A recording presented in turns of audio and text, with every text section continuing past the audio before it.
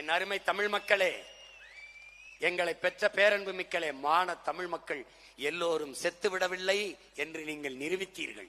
முதல் அங்கீகாரம் பெற்ற கட்சியின் சின்னங்கள் தாமரை, கை, உதயசூரியன், இரட்டை இலை.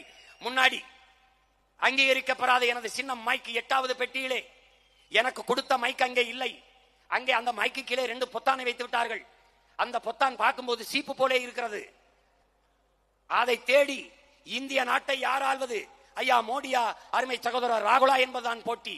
எளிய மகன் சீமானை தேடி, அவன் சின்னத்தை தேடி 8வது பெட்டியிலே தேடி, இத்தனை ஆயிரக்கணக்கான கோடி பணத்தை தாண்டி, சாராயத்தை தாண்டி, சாப்பாட்டை தாண்டி, சாதி மதத்தை தாண்டி மான தமிழ் மக்கள் 36 லட்சம் வாக்கை போட்டு தனித்த பெரும் கட்சியாக, மாநில அங்கீகாரம் பெற்ற கட்சியாக, இந்திய அரசியல் வரலாற்றிலே, தமிழக அரசியல் வரலாற்றிலே தனித்து நின்று ஒற்றை கட்சி மாநில உரிமம் பெற்ற கட்சியாக வளர்ந்திருக்கிறது என்றால் என் மக்களின், மான தமிழ் மக்களின் மதிப்புமிக்க வாக்கால் தான்.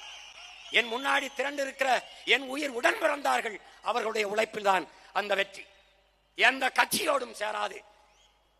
36 லட்சம் ஓட்டும் நீ எழுந்து சொல்.